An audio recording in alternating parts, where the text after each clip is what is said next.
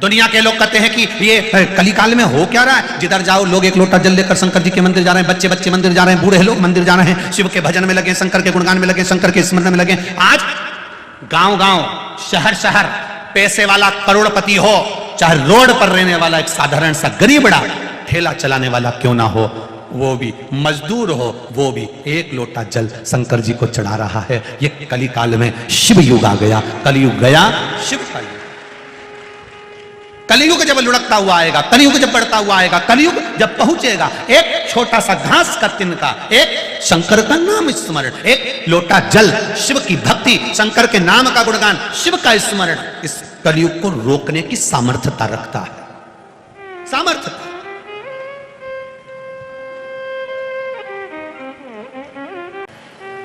भगवान का भजन करने वाला, बड़ा आनंद में रहने वाला, एक बड़ा प्रिय शिव जी का एक भगत था जिसका नाम था भीमा भगत। उसका नाम है भीमा भगत। और वो जो भीमा भगत है, शिव जी का गुणगान करने वाला, शंकर का भजन करने वाला, शिव की स्मरण करने वाला, शिव भक्ति में डूबने वाला, शंकर का गुणगान करने वाला, शिव भक्ति में रमने वाला, वो भीमा भगत अपनी धर्म पत्नी के साथ, अपने परिवार के साथ, अपने बच्चों के साथ भगवान के भजन में लगा रहता था।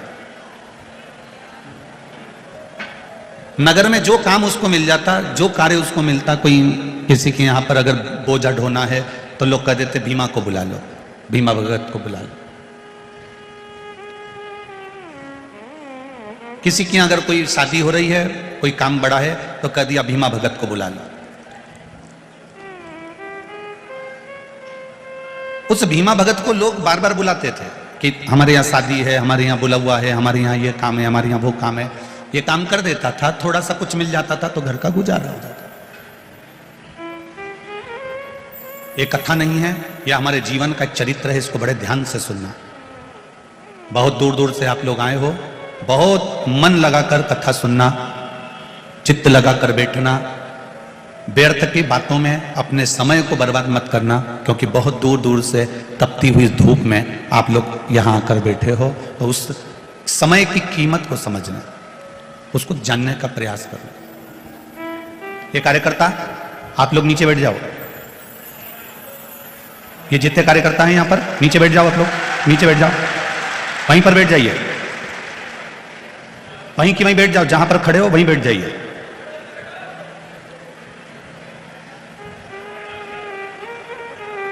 भीमा भगत भगवान की अविरल भक्ति में रमा रहता था, भगवान के भजन में रमा रहता था। जो कोई काम मिलता उस काम को वो कर देता। बहुत अच्छा परिवार चल रहा है, बहुत अच्छा सब काम चल रहा है, कोई कमी नहीं है, कोई किसी चीज की, किसी बात की कोई कमी भीमा भगत के यहां नहीं है। पत्नी भी खुश है, बच्चे भी खुश हैं, भीमा भगत भी खुश है। जिसके पास संतोष रूपी धन होता है, जिसके पास में 1 रुपया भी मिले ना और उसमें अगर प्रसन्नता है तो जिंदगी सार्थक हो जाती है। और बहुत मिलने के बाद भी अगर मनुष्य के भीतर संतोष रूपी धन नहीं है तो वो करोड़ों की संपदा भी बेकार है। उस संपदा का कोई मोल तत्व नहीं है, फिर करोड़ों की संपदा भी बेकार है। जैसे गुरुजी के 2 चेले, गुरुजी ने सेठ जी के यहां भोजन करने भेजा, दोनों चेले भोजन करने गए, सेठ जी ने भोजन करा के दोनों को 1-1 रुपया दे दिया।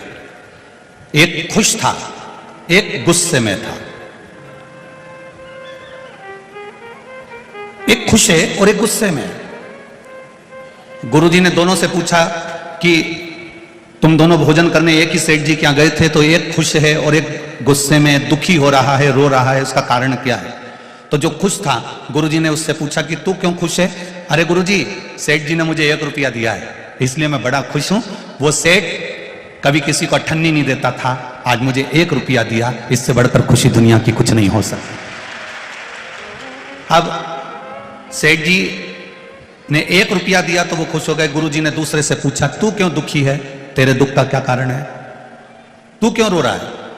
उसने कहा, सेठ जी के यहाँ भोजन करने गया था। मैंने सोचा था इतना बड़ा सेठ है, खूब पैसा है, तो खूब जोरदार भोजन कराकर दक्षिणा देगा, पर बताओ उसने 1 रुपया ही दिया। अर्थात गुरुजी ने कहा तूने अभिलाषा बहुत कर ली थी, बहुत इच्छाएं कर ली थी, इसलिए तू आज रो रहा है। इसने अभिलाषा नहीं करी, इच्छा नहीं करी, इसलिए आज खुश होकर जिंदगी को जी रहा है। भीमा भगत की अभिलाषा इतनी नहीं थी। भीमा भगत को जो मिल जाता था उसमें वो भगवान का भजन करता था। भीमा भगत काशी में रहता और भगवान की भक्ति में डूबा रहता था। उसको कोई मतलब नहीं, जिसने बुलाया भैया भीमा काम कर दे, हो भाई भीमा ये काम कर दो, हो भाई ये कार्य कर दो, हो भाई, जो बुलाता भीमा भगत वहां चले जाता, अपना कार्य करता रह जाता। 2 रुपया 5 रुपया 10 रुपया जो मिलता था उस समय पर उसमें अपनी जिंदगी को गुजारा कर लेता। एक दिन काशी नरेश को मालूम पड़ा कि ये भीमा भगत है कोई, और भगवान की भक्ति भी करता है, कमाता भी है और अपनी जिंदगी जीता है, किसी से कोई शिकवा शिकायत इसके जीवन में नहीं। काशी नरेश ने भीमा भगत को बुलाया और भीमा भगत को बुलाकर काशी नरेश ने कहा आज से तुम हमारे यहां काम करो, महीने की 1 सोने की मुद्रा तुमको मिलेगी। भीमा भगत और खुश हो गया, भगवान ने मुझको पहले देता था उसमें भी संतुष्टि थी, अब राजा दे रहा है उसमें भी संतुष्टि, बड़ा खुश हो गया, बड़ा खुश। पत्नी भी खुश, बच्चे भी खुश, भीमा भगत भी खुश। अब थोड़ा थोड़ा पैसा बचने लगा, भीमा भगत जोड़ने लगा, रखने लगा, समय निकलता गया। एक दिन भीमा भगत राजा के यहां से कार्य कर आ रहा था, इतने में किसी यक्ष ने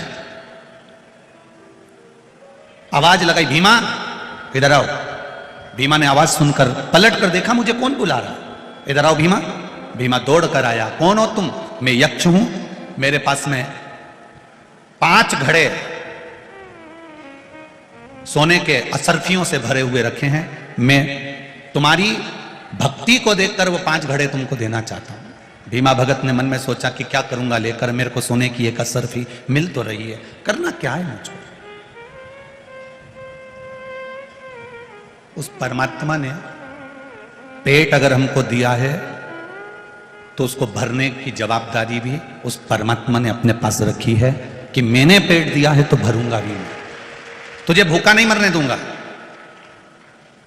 पेट मैंने दिया है, भर दूंगा। पेट भरने की जवाबदारी भोलेनाथ की है, पर तुम्हारे घर की पेटी भरने की जवाबदारी भोलेनाथ की नहीं है कि तुम्हारे यहां करोड़ों का धन भोलेनाथ जी देंगे या बहुत संपदा देंगे या तुम्हारी पेटी भोलेनाथ जी बना ना। भोलेनाथ जी कहते मैं पेट भर दूंगा, क्योंकि उसकी जवाबदारी मेरी है, क्योंकि मैंने तुझे जन्म दिया, मैंने तुझे पृथ्वी पर पैदा किया, ये जवाबदारी मेरी है। अब भीमा भगत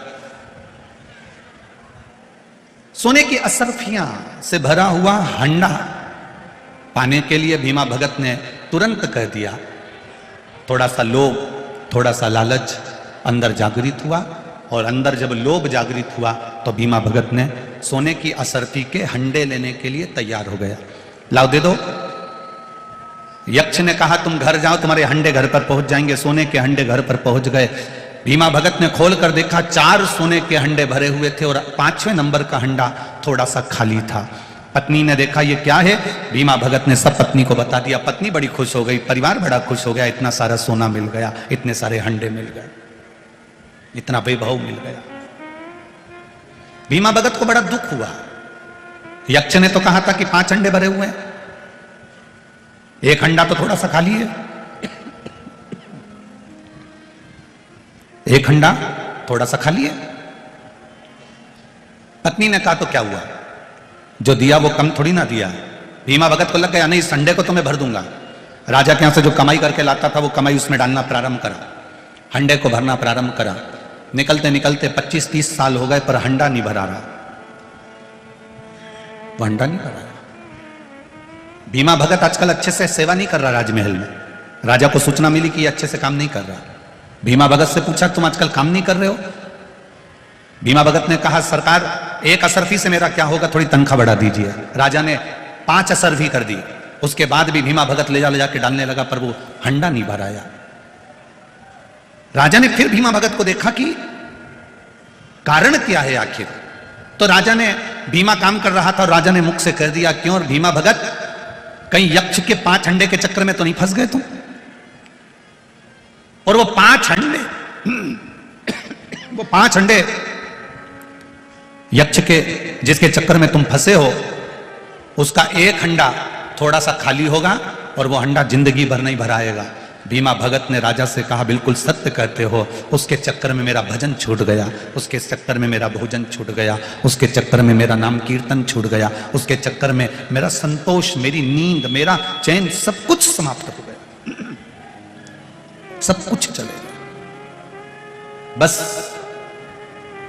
एक परिवार रूपी हंडे को भरने के चक्कर में घर बनाना है, गाड़ी लाना है, बंगला बनाना है, जमीन खरीदना है, बेटों के लिए कुछ करना है, बेटी के लिए कुछ करना है, रिश्तेदारों के लिए कुछ करना है, मेरे परिवार के लिए कुछ करना है। ये परिवार का जो हंडा है ना, इस परिवार के हंडे को कितना भी भरने का प्रयास करो, तुम कितना भी इनके भरते जाओ, ला ला कर देते जाओ, फिर भी यह परिवार का हंडा मरते दम तक नहीं भराता है। ये परिवार का हंडा मरते दम तक नहीं भराता।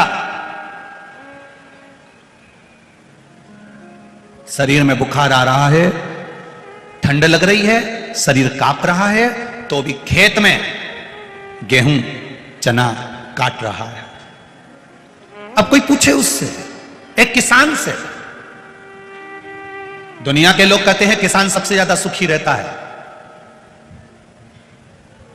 उसका शरीर देखना, धूप में तपा हुआ होगा, एक एक गेहूं के दाने को फटक फटक कर निकाल निकाल कर रखता जाएगा, एक गेहूं का दाना भी इधर उधर नहीं होने देता, पूरा दाना बटोर कर मंडी में लेकर जाता है, और मंडी में जब उस अनाज की कीमत उसकी मेहनत से भी जब कम मिलती है, तब किसान की आंख में आंसू भर आता है।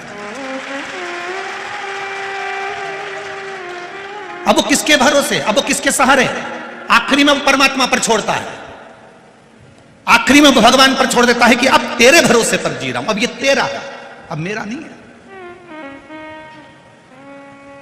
शरीर में ताप पड़ रहा है, शरीर में बुखार आ रहा है, सिर दुख रहा है, घुटना दुख रहा है, पांव दुख रहा है, हाथ दुख रहा है, उसके बाद भी मेहनत कर रहा है, उसके बाद भी वो मेहनत में लगा हुआ है। और किसके लिए कर रहा है? किसान भी 2 रोटी खाता है, 2-4 गिलास पानी पीता है, वो भी जितना तो परिवार वाले ऐश की जिंदगी जीते होंगे, किसान उतना खेत में काम करता है, मेहनत करता है, कमाता है, लाता है। किसके लिए ला रहा है? किराने की दुकान पर काम करने वाला किसके लिए कमा रहा है? कपड़े की दुकान पर काम करने वाला कपड़े किसके लिए बेच रहा है? इतने बड़े बड़े शॉपिंग मॉल डाल रखे हैं, इतने बड़े बड़े व्यापार के केंद्र डाल के रखे हैं, किसके लिए डाल कर रखे हैं? अपने परिवार का हंडा भरने के लिए, किसी दूसरे का हंडा भरने के लिए नहीं। तो भी वो परिवार का हंडा खाली की खाली है। फिर तो महाभारत का वो चरित्र कितना सुंदर होगा, स्मरण करिएगा। अर्जुन, भीम, नकुल, सहदेव, युधिष्ठिर सब जा रहे हैं, और जाते जाते इन पांडवों ने देखा, एक गाय बछिया को जन्म देती है, और गाय बछिया का दूध पीती है। बछिया को गाय का दूध पीना था, परंतु अर्जुन ने देखा कि गाय ने बछिया को जन्म दिया और बछिया का दूध पी रही है। अर्जुन आश्चर्य में पड़ गया। आगे गया तो क्या देखता है? एक पक्षी जिसके पंख पर राम और श्याम लिखा हुआ है। पक्षी उड़ता उड़ता आया और उड़ते उड़ते आकर उसने मरे हुए कुत्ते का मांस नोचा और चले गया। अर्जुन आश्चर्य में पड़ गए। पक्षी के पंख पर राम और कृष्ण लिखा है, पक्षी के पंख पर राम और श्याम लिखा है, और ये मरे हुए कुत्ते का मांस खा रहा। फिर देखा एक हाथी के 2 मुंह, दोनों मुख से भोजन कर रहा है, तो भी हाथी का पेट नहीं भरा रहा। अर्जुन आश्चर्य में पड़ गया, ये कैसी लीला है। और आगे गया, उसने देखा एक बड़ा सारा पत्थर ऊपर पहाड़ से लुढ़कता लुढ़कता आ रहा है। उसने बड़े बड़े वृक्षों को गिरा दिया, एक छोटे से घास के तिनके ने उस पत्थर को रोक दिया। एक घास का तिनका उस पत्थर को रोक देता। अर्जुन आश्चर्य में पड़ जाते हैं, कैसी लीला है। अर्जुन भगवान कृष्ण के पास गए और उनसे विनती करी, आज मैंने कुछ आश्चर्यजनक चीजें देखी है, मुझे बड़ा आश्चर्य हो रहा है। क्या आश्चर्य है अर्जुन? अर्जुन ने कहा, एक गाय ने बछिया को जन्म दिया। अभी तक मैंने देखा था गाय जिस बछिया को जन्म देती थी वो बछिया गाय का दूध पीती थी, परंतु आज मैंने देखा कि गाय ने बछिया को जन्म दिया और गाय ने बछिया का दूध पिया। फिर मैंने देखा एक पक्षी के पंख पर राम श्याम लिखा है, उड़ते हुए आया, मरे कुत्ते का मांस खाकर चले गया। फिर मैंने देखा हाथी के दो मुंह है, दोनों मुंह से भोजन कर रहा है, पर हाथी का पेट नहीं भरा रहा। फिर मैंने देखा एक बड़ा सारा पत्थर लुढ़कते लुढ़कते आया और बड़े बड़े वृक्षों को, बड़े बड़े पेड़ों को उसने गिरा दिया, बड़े बड़े वृक्षों को उसने गिरा दिया, और एक घास के तिनके ने उस पत्थर को रोक दिया। अर्जुन कहते हैं मुझे समझ में नहीं आता ये कैसी लीला है। भगवान कृष्ण कहते हैं अर्जुन अब कलयुग आ गया, ये कलयुग की लीला चालू हो गई। गाय बछिया को जन्म दे रही है और बछिया का दूध पी रही है, उसका मतलब है माता पिता बेटी को जन्म देंगे और उससे नौकरी और सर्विस कराकर उसका जो धन आएगा वो माता पिता खाएंगे। ये कलयुग है। गाय बछिया को जन्म देगी और बछिया का दूध पिएगी। और सुन अर्जुन, पक्षी के पंख पर राम श्याम लिखा है और पक्षी आकाश मार्ग से उड़ता हुआ आया और मरे कुत्ते का मांस खाकर चला गया। अरे ये पक्षी राम श्याम लिखा है, ये राम नाम कृष्ण नाम की चादर को दुनिया के लोग बदनाम कर देंगे। दिन में चादर ओढ़ेंगे और रात में वही कुछ गलत काम कर जाएंगे। ये कलिकाल बड़ा विचित्र रहेगा अर्जुन, बड़ा विचित्र है कलिकाल, इसको समझना होगा। बदल अर्जुन ने कहा मैंने तीसरा देखा, एक हाथी के दो मुंह हैं और दोनों मुख से भोजन कर रहा है, उसका पेट नहीं भरा रहा। अरे अर्जुन मत चिंता कर, एक एक व्यक्ति की दो दो दुकानें होंगी, दोनों दुकान से कमाएगा तो भी घर का गुजारा नहीं हो पाएगा। यह कलिकाल चलेगा। एक दुकान से नहीं, दो दो दुकान डालकर बैठेगा, दो दुकान से कमाएगा। हमारी कपड़े की भी दुकान, हमारी इसकी भी दुकान, हमारी उसकी भी दुकान। छोटा भाई ये करे ने बड़ा भाई ये करे, छोटा लड़का ये करे ने बड़ा लड़का ये करे, हमारी बहन ये करे ने भाई ये करे। इतनी जगह से कमाई होने के बाद भी घर में रोज क्लेश है, रोज अशांति है, रोज चिड़चिड़ है। पति की भी नौकरी है, पत्नी की भी नौकरी है, बच्चे भी एजुकेशन अच्छी कर रहे हैं, पढ़ाई अच्छी चल रही है, सब कुछ अच्छा चल रहा है, उसके बाद भी घर में शांति रत्ती भर की नहीं है। कहां गई वो? किसके लिए कमा रहे हो? एक काम करना है, इस परिवार के हंडे को काशी नरेश ने उस भीमा भगत से कहा एक काम करो, इस परिवार के हंडे को, ये 5 कर्म के हंडे को, इसको ले जाकर देवादिदेव महादेव को वापस दे दो, यक्ष को वापस दे दो और उनसे कहो हमको ये हंडा नहीं चाहिए, हमें जितना मिल रहा है ऐसा देना मेरे भोलेनाथ, जितना तू दे बस ऐसा देना कि मेरे भाग्य का देना, उसी को करोड़ों का बना देना और उसी को आनंद करा देना, जो दे वो अच्छा देना। हमें ऐसा धन मत दे देना कि बड़ी बीमारी हो जाए, हमें ऐसी संपदा मत दे देना कि हम रोग से ग्रसित हो जाएं, हमें ऐसा धन मत देना कि हम तिल तिल घटते चले जाएं, ऐसा धन नहीं चाहिए। हमें धन वो देना जो मेरी किस्मत का हो, मेरे भाग्य का हो, मेरे लिए जो रखा हो वो मुझे देना, मुझे दूसरे के हिस्से का नहीं चाहिए।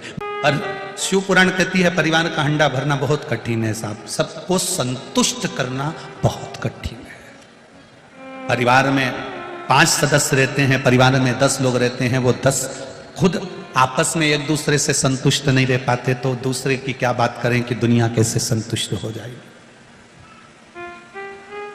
हम दुनिया को संतुष्ट करने चले, हम दुनिया को प्रसन्न करने चले, हम दुनिया को खुश करने के लिए चले,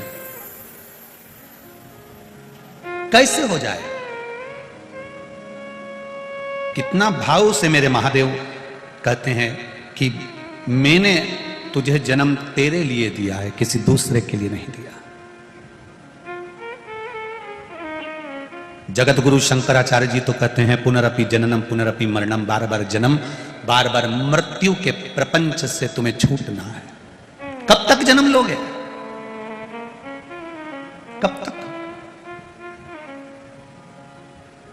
जन्म और मृत्यु के प्रपंच से हम छूटना, उसके भजन के बल को हम बढ़ाएं। कहा एक हाथी के 2 मुख, दोनों मुख से भोजन करे तो पेट ना भराए। दुनिया के लोगों ने व्यापार बढ़ा लिया, खूब व्यापार बढ़ाया, खूब व्यापार बढ़ाया, खूब जमीन बढ़ाई, खूब व्यापार बढ़ाया, मकान बढ़ाया। छोटा सा था 2 मंजिल का कर लिया, छोटा सा था पीछे बाड़ा बना लिया, छोटा सा मकान बड़ा कर लिया, जमीन बढ़ा ली, व्यापार बढ़ा लिया, घर बढ़ा लिया, वंश बढ़ा लिया, सोना बढ़ा लिया, चांदी बढ़ा ली, हंडा बढ़ा लिया, ट्यूबवेल बढ़ा लिया, कुआं बढ़ा लिया, दुनिया का सामान बढ़ा लिया, फसल बढ़ा ली, पर भजन नहीं बढ़ा पाया। जिस दिन भजन बढ़ जाता उस दिन सब बढ़ जाता। भक्ति नहीं बढ़ा पाया। विश्वास नहीं बढ़ा पाया। जिस दिन भक्ति और विश्वास दोनों प्रबल हो जाए, भक्ति और विश्वास जिस दिन दृढ़ हो जाए, उस दिन परमात्मा मिल गए। आपका विश्वास क्यों नहीं बढ़ता? एक पत्र आया है, देखिए। मैं मनीष कुमार पवार, ग्राम बरमंडल, तहसील सरदारपुर, जिला धार का निवासी हूं। कहीं बैठे हो तो हाथ हिला, आप ही हैं, दोनों हाथ हिला देगा।